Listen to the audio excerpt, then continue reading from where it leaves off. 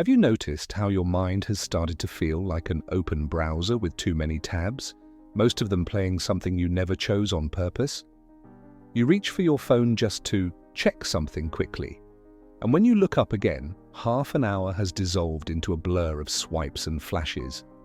You sit down to read, but within minutes, part of you is replaying old conversations, another part is drafting imaginary arguments, and another is wondering what's happening on your feed right now.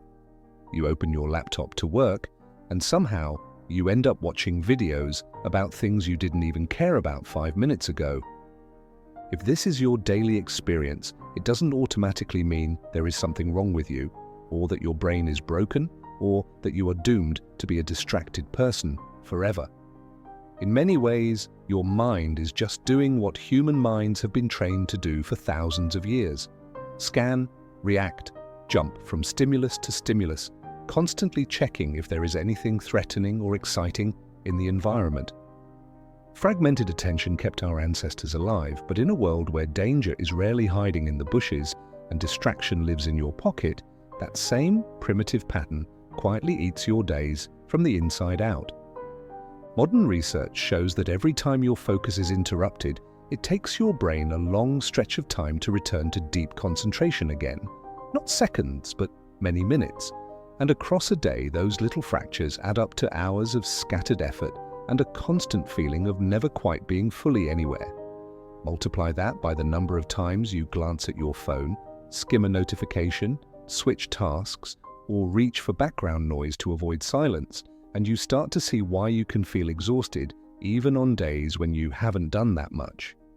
But what if there was a discipline, born not in productivity books or startup offices, but in stone courtyards where monks rose before sunrise, that was built around the idea that a human being can train their mind to rest in a single act so completely that everything else falls away? What if there was a way to practice being so absorbed in one movement, one line of code, one page, one conversation, that the rest of the world becomes distant like a sound heard from far down the mountain? That practice exists. In the Zen tradition, it is known as Ichigyo Zammai. One act, total absorption, a way of doing a single thing with such undivided presence that you and the action are no longer two separate things. It was cultivated in monasteries and martial halls by monks and warrior monks who needed not just strength, but unwavering inner stillness. Today we are going to translate that ancient discipline into the chaos of your modern life and show you how to use it to eliminate distractions at the root. Before we go deeper, I want to thank everyone who has been walking this path with me, subscribing, commenting, sharing, and quietly applying these ideas in their own lives. Presence and discipline is not just a channel, it is a training ground for people who are tired of living scattered and want to live like warrior monks in the middle of everyday life. You are part of that. Now I want you to answer one question, not for the algorithm, but for your own honesty. What steals your attention the most right now? Your phone, social media, endless tabs, or the noise inside your own head? Write it in the comments. Naming the enemy is the first act of discipline. Let's go back to the story. Chapter 1. The Quiet Freefall. When Elias was 16, he had the uncomfortable sense that life was moving forward without him, like a train he was technically on but never really present for. On paper, he was fine. His grades were not terrible. He understood the material when the teacher explained it. He was good with logic. He liked programming. He could follow physics if he actually listened. The problem wasn't intelligence. The problem was that his attention behaved like a stray dog. He would sit down at his desk with the best of intentions, open his notebook, and within minutes, his hand was reaching for his phone almost by itself. A notification would light up. He'd check, just this one, and suddenly he'd be in the middle of a reel chain or watching some random clip that had nothing to do with his life. He would start a video lesson and pause it halfway to see the live score of a game. He would open a book, and instead of reading the page in front of him, he would drift into a fantasy of future Elias, the successful version of himself who had already made it. Because Elias had a dream, and it wasn't a small one. He didn't just want to get a job, he wanted to build things that mattered, to work in cutting-edge technology, to one day be part of a legendary engineering school where the brightest minds in the world went. It was big, almost ridiculous for a boy who sometimes forgot his homework at home. And that was the problem. His everyday actions and his secret dream lived in different universes. While other students quietly built their foundation with consistent work, Elias floated in the middle zone. A decent grade here, a mediocre one there, never disastrous enough to cause alarm, never strong enough to open the doors he wanted. His friends knew about his dream, and in typical teenage fashion, they turned it into a running joke. "Bro, you want to be some elite engineer and you can't even finish an assignment without checking your phone 10 times, they'd laugh. "You'll end up working in the cafeteria of that fancy university, not studying there." They didn't mean it with cruelty, but words sometimes hit harder when they're thrown with a smile, and every joke landed somewhere deep in his chest. At home, the pressure was softer but heavier. His parents believed in him. They told him he was capable. They reminded him that he had potential. But their encouragement came with that quiet disappointment that children learn to read even when nothing harsh is said. "We know you can do more," his mother would say, "but you keep getting lost." And Elias knew that. He knew the problem wasn't that he didn't care. It was that when he finally sat down to do the thing that mattered, his own mind became the loudest source of distraction. He would daydream about the day he'd graduate from that dream university, the applause, the pride in his parents' eyes, the old classmates sending him messages of surprise. Meanwhile, the notebook on his desk stayed blank, the practice problems unsolved, the reality unchanged.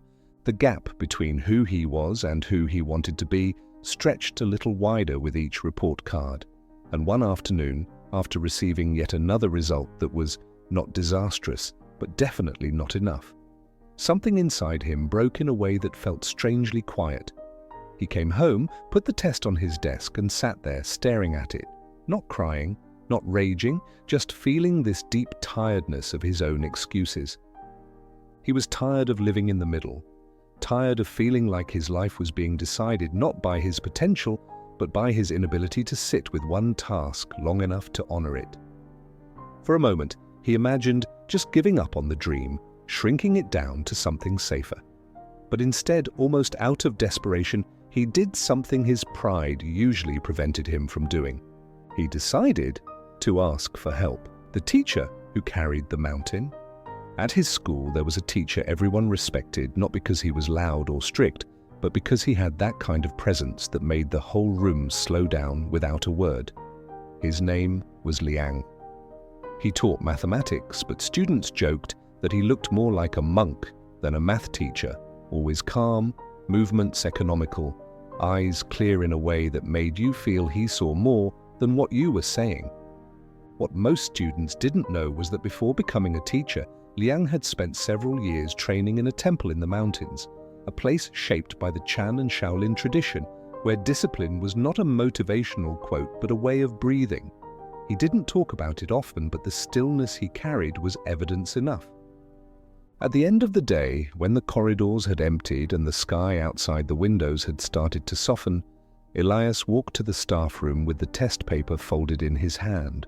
His heart was beating faster than it did during exams.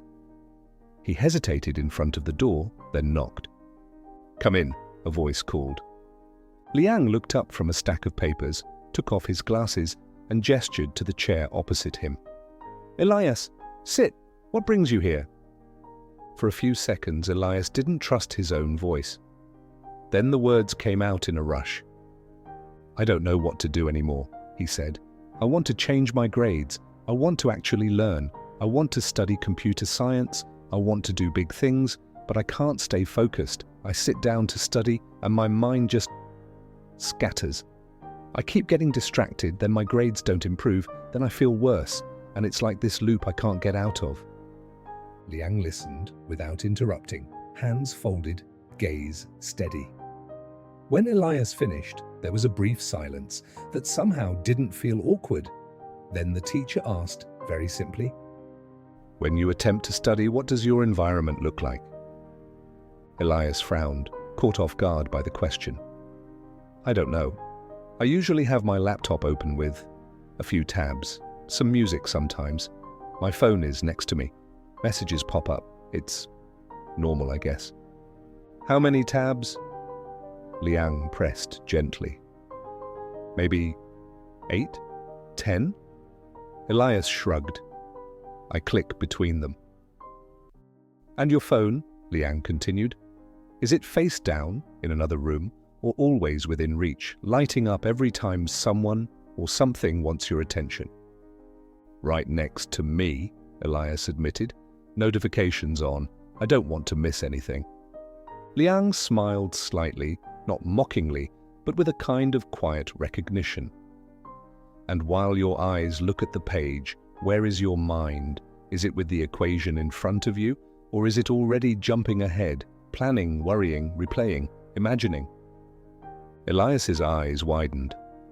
It's everywhere, he said. Exactly like that. How do you know? Because, Liang said, my mind used to behave exactly like yours. He leaned back in his chair, and for the first time Elias noticed the faint scars across the teacher's knuckles, the posture of someone who had held stances for hours, not just chalk. When I was your age, I couldn't hold my attention for more than a few breaths. My body would be in one place and my mind would be scattered in 10. Then an old monk taught me something that changed everything about how I moved through life. Elias leaned forward, curiosity breaking through his shame. What did he teach you? Liang pulled a small notepad toward him, wrote 3 words in careful characters, and turned the page so Elias could see. Ichigyo Zammai. Elias frowned, sounding it out clumsily. One act, one pointed absorption, Liang said. It comes from the Zen side of the tradition, but it was lived also by the Shaolin warrior monks. In simple language, it means this: when you do something, you do only that. Not your body here and your mind elsewhere. Not one hand on the work and the other hand on your phone. Your whole awareness gathered into the single movement in front of you, like light passed through a lens until it becomes a flame. So, just focusing? Elias asked. Is that all? Liang shook his head gently. Not just focusing. When you practice Ichigyo Zammai, you stop hovering above your own life as an observer. You don't stand outside the task thinking, I am studying, I am working, I am meditating. In that period of time, you and the task are not two. If the task is algebra, you become fully given to algebra. If the task is washing a dish, for that moment your whole universe is that dish, the water, your hands. Elias still looked a little lost, so Liang changed his angle. Have you ever started a game, he asked, or a creative project, and then looked up and hours had passed? You forgot to check your phone, you forgot to be hungry, you forgot to be bored? All the time, Elias said. When I'm really into something, yeah. It feels like time disappears. That is a natural taste of what we are talking about, Liang said. We call it flow now. The difference is that in the monastery we did not wait for that state to appear by accident. We trained it on purpose across everything we did. Sitting, moving, reading, striking, even sweeping the courtyard. Elias felt a small shiver run through him. The feeling you get when someone names something you have been experiencing all along without understanding it. Does this actually change anything in the brain? He asked. Or is it just philosophical? Liang's eyes lit up slightly. When I first learned it, we didn't talk about synapses and neural circuits. We spoke of taming the monkey mind and sharpening the spirit. But now, researchers have put people like us into scanners and they can literally see what the practice does. Areas responsible for sustained attention and self-control grow denser and more active with training. The networks that keep dragging you into daydreaming and worry become quieter. Your mind becomes less like a restless crowd and more like a disciplined unit following one clear command. He opened a drawer and took out a thin stack of printed pages, highlighted and annotated. These are some summaries of the science side that I share with students who are ready for it. Not because you need complicated explanations, but because sometimes it helps to know your effort is grounded in both old wisdom and modern evidence. He slid the pages across the desk. "Take these," he said. "Go home. Read slowly. Try the exercises for 1 week, but do them honestly, not half-hearted. Then come back and tell me what you notice, not only in your grades, but in how it feels to inhabit your own mind." Elias accepted the pages as if they weighed more than paper. For reasons he couldn't fully explain, he felt as if a door he hadn't known existed had just been pointed out to him. "Thank you," he murmured. Liang placed a hand lightly on his shoulder, the gesture firm but warm. "You are not doomed to live scattered," he said. "You don't need more talent. You need a trained attention. Once you learn to aim your mind like an arrow, the distance matters less than you think. Training the one-point mind." That night, Elias didn't fall into his usual pattern of numbing himself with videos until he was too tired to think. He sat on his bed, the room unusually quiet, and spread out the pages Liang had given him. They weren't mystical scrolls, they were simple explanations of how the brain handles attention, how constant switching between tasks burns energy, how every little distraction creates a kind of reset cost where the mind has to reload what it was doing. One section described something that hit him hard. When you constantly indulge the urge to look away, check, scroll, switch, you are not just reacting to distraction, you are training yourself to be distractible. Every time you obey the impulse to break focus, you reinforce the neural paths that make that impulse stronger next time. Distracted living is not just happening to you, you are rehearsing it. Another section described a training protocol, short, completely focused blocks of work, 20 or 25 minutes, followed by a deliberate pause. Not a pause filled with new stimulation and tiny hits of novelty, but a conscious break. Stand, breathe, stretch, drink water, let your eyes rest on something that isn't a screen. It was like a martial drill for the mind. Strike, rest, strike, rest. There was also a part about shaping the environment so that your discipline didn't have to fight unnecessary battles. Each choice in the room could either pull on your attention or release it. Phone in another room instead of next to your hand. Notifications off instead of flashing constantly. Only one tab open, only one book on the desk. Only the tools you need for this block of work, nothing else. But the part that moved him most wasn't about timers or apps. It was the description of what Ichigyo Zammai actually feels like when lived across ordinary life. The idea that each act, brushing your teeth, tying your shoes, opening a notebook, could become a small dojo where you practice being fully there. When you walk, you walk. When you listen, you listen. When you study, you study. Not perfectly, not dramatically, but with the intention to bring your mind back each time it wanders, without self-hatred. If the mind slips away, you don't punish it. You simply notice it left, and you gently, stubbornly return.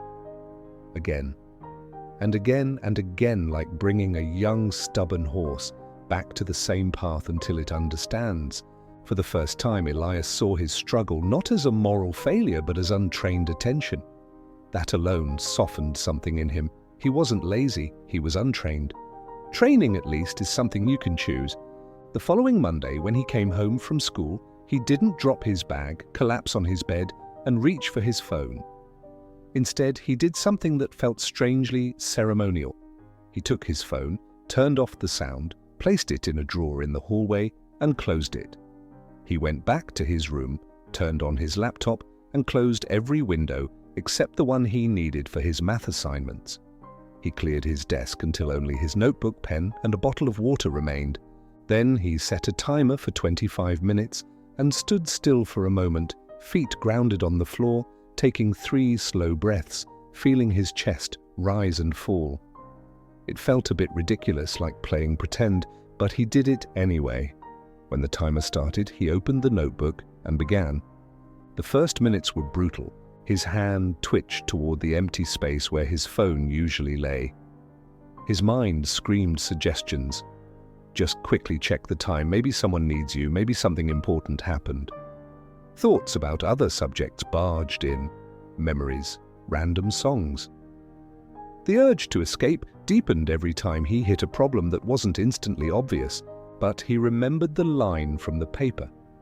Do not fight the distraction as an enemy, see it as something that appears and passes. Name it and return. So each time he caught his mind wandering off, he would notice, there you go again. Gently disengage and bring his eyes back to the problem in front of him. No drama. Just return. He had to do that over and over. It felt clumsy, like learning a new physical movement your body keeps getting wrong. But then the timer rang, and for the first time in a long time, 25 minutes of his life had been given mostly to one thing. During the 5-minute break, he didn't grab his laptop to watch something. He stood up, walked to the kitchen, drank water, looked out the window, and just let his nervous system soften a little. Then he went back, reset the timer, and did another round. By the third block, something subtle shifted. The noise in his mind didn't disappear, but it moved to the edges. The problems in his notebook started to pull his curiosity in instead of triggering avoidance. When the timer rang after 75 minutes of this new ritual, he looked at the page and realized he had finished more focused work in that small window than he usually did in several scattered study sessions across an entire week. It wasn't some cinematic transformation. The world hadn't changed, his grades hadn't magically updated, but he felt something he hadn't felt in a long time, a sense of clean power. Not ego, not arrogance, just the quiet knowledge that for once he had not abandoned himself. In the days that followed, he kept the ritual. Same time each afternoon. Phone away, desk cleared, timer on, 3 breaths, 1 act. When his mind resisted, and it did loudly, he treated that resistance as part of the training. Some days felt smooth, others felt like wrestling fog. He kept going anyway. And then something unexpected happened. Ichigyo Zammai began to leak out of those study blocks into the rest of his life. He stopped watching videos while eating and tried the strange experiment of just tasting his food, noticing textures, noticing the way hunger faded. When he spoke to someone, he tried to actually inhabit the conversation instead of half listening while thinking of something else. On his walk to school, instead of putting noise in his ears, he started to notice the sound of his own footsteps, the wind, the way the light hit familiar buildings. It was as if he had been moving through his days behind a fogged window and someone had wiped a small, clear circle in the glass. His friends noticed, of course. "Man, where did you disappear to?" one of them asked. "You don't hang out online as much. You're like offline in 2025. You good?" Elias laughed. "I'm fine," he said. "I'm just working on something that needs me to be all in for a while." They shrugged. They didn't really understand, and that was okay. The results came a little later. The first test after he started this training was in mathematics. He sat down, felt the familiar surge of nerves, and then did what he had been practicing, 1 deep breath. Another, the third, notebook open, the world shrinking to the space between his eyes and the page. He wasn't thinking about what this grade would mean or what others would say, or whether he was smart enough. For that hour, the only thing that existed was problem, method, line, 1 act, 1 mind. When the results were handed back, he looked down at his paper, and for a second he couldn't quite process what he saw. The grade at the top was higher than anything he had received in that subject before. Not perfect, but excellent, not an accident. Across the room, Liang met his eyes and gave the smallest nod, a hint of a smile that said more than congratulations could. It wasn't the end of the story. It was the first clear sign that the path he had chosen actually went somewhere. From scattered boy to the gate. Over the next months, Elias didn't become a different person overnight. He still had days where he felt heavy, afternoons where his mind tried to convince him that it would be easier to slide back into old habits, mornings when the bed felt too safe to leave. But he did something crucial. He kept treating discipline like a system rather than a mood. He stopped waiting to feel like it. His study ritual became as non-negotiable as brushing his teeth. Phone out of reach, desk stripped of clutter, blocks of intense work followed by brief, clean breaks. He adjusted the length when needed, but the structure stayed. His grades didn't just spike once, they began to rise and stay high. Physics, programming, math, the subjects that needed sustained attention responded. First, teachers began to comment that he seemed more engaged, more present. His parents, used to a background anxiety every time results came home, started to relax their shoulders. "What happened?" his father asked one evening, not accusing, genuinely curious. "I learned how to sit with one thing," Elias answered, and realized as he said it that he meant it literally. But the most important shift went beyond school. Through Ichigyo Zammai, he had discovered something that people often misunderstand about discipline. It is not about raw willpower, about fighting yourself. Every minute of the day, willpower is like a muscle. If you rely on it alone, it gets exhausted fast. What he was building instead was an environment and a set of rituals that made the discipline choice the default, not the heroic exception. By removing triggers from his immediate environment, he stopped forcing himself into countless tiny decisions. By having a clear routine, he removed the negotiation with himself. The system carried him on days when his emotions didn't cooperate. Distraction stopped feeling like a moral enemy and started looking more like a signal. Sometimes it meant his mind was tired. Sometimes it meant he was afraid of failing, so he was reaching for something easier to avoid that feeling. Sometimes it simply meant he had trained himself for years to associate effort with escape. Knowing this allowed him to respond more skillfully. Instead of beating himself up every time his attention slipped, he would notice why, adjust something, and return. At the end of the year, he did something that would have seemed almost comical a year earlier. He sent applications to the kind of engineering programs he had once only dreamed of, the kind of schools people spoke of in hushed tones, the almost impossible ones. When his friends heard, the old jokes resurfaced, softer now, but still laced with disbelief. "Bro, I mean, you've improved a lot, but those places are crazy competitive," one friend said. "Geniuses get rejected from there all the time." "I know," Elias said, "but my job is to do the work in front of me as well as I can. The rest is not my part of the equation." He applied the same one-act discipline to everything connected to those applications. One day fully dedicated to test preparation. Another to writing and rewriting essays with full attention. Another to building a small project to show what he could actually create, not just what he could memorize. No multitasking, no pretending to do everything at once. Each step got its own place, its own presence. Months later, on a quiet afternoon that felt like any other, an email arrived. He almost didn't open it immediately, choosing instead to sit at his desk, breathe, and only then click. As his eyes scanned the first line, a wave of unreality washed over him. He had been accepted by one of the top programs he had once only mentioned in daydreams. He read the words again, slowly. Then the sound came out of him, a shout that ripped through the careful quiet of the house. His parents rushed in. He pointed at the screen, and in the mix of tears, laughter, and relief that followed, he realized something unexpectedly steady inside himself. The acceptance letter was a milestone, but the deeper victory had already happened long before that email arrived. He had learned how to direct his attention instead of being dragged by it. The door he had walked through didn't just lead to a university. It led to a different way of living. If this were a simple motivational story, it would end there. Boy focuses, boy gets into dream school, credits roll, but real life doesn't work that way. Getting into an elite program didn't solve Elias's problems. It simply moved him into an environment where the volume was turned up on everything. The competition, the workload, the expectations.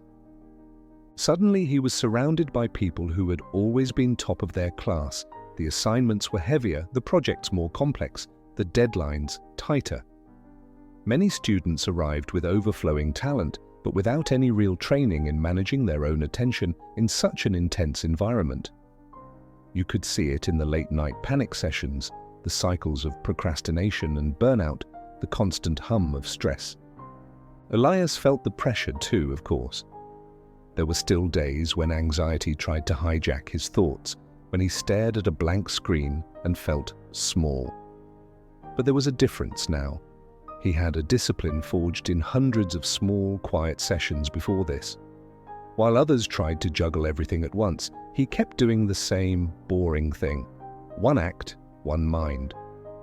Before starting an assignment, he would still clear his workspace. Phone away, tabs closed, timer set, 3 breaths. Then he would go in as if stepping into a training hall. A coding project wasn't just homework anymore, it was a chance to practice Ichigyo Zammai at a higher level. Professors began to notice something about him. It wasn't that his ideas were always the most spectacular, but his work was consistently deep, rarely sloppy, rarely rushed at the last minute. In group projects, he was the person who actually listened during meetings instead of half-checking messages, who caught details others missed simply because his attention was fully present. "You have a strong eye for what matters," one professor told him. "You don't seem to get lost as easily as others." It wasn't magic. It was training.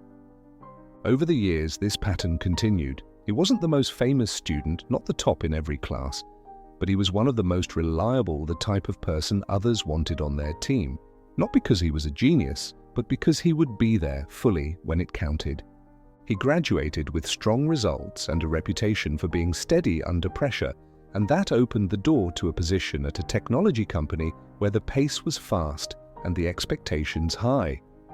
Once again, it would have been easy to relax, to think, "I made it.